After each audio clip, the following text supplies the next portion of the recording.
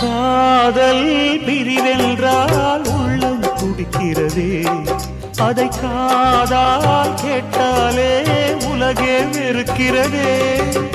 தீயாய் உடலெங்கும் என்னை சுடுகிறதே, உன்னை தேடும் கண்கள் கண்ணீர் வடிக்கிறதே. உன்னோடு நாடும் நிழலாக வருவேனே, உடலோடு உயிராக நாம் சேர்ந்தது யாருக்கும் தெரியும்.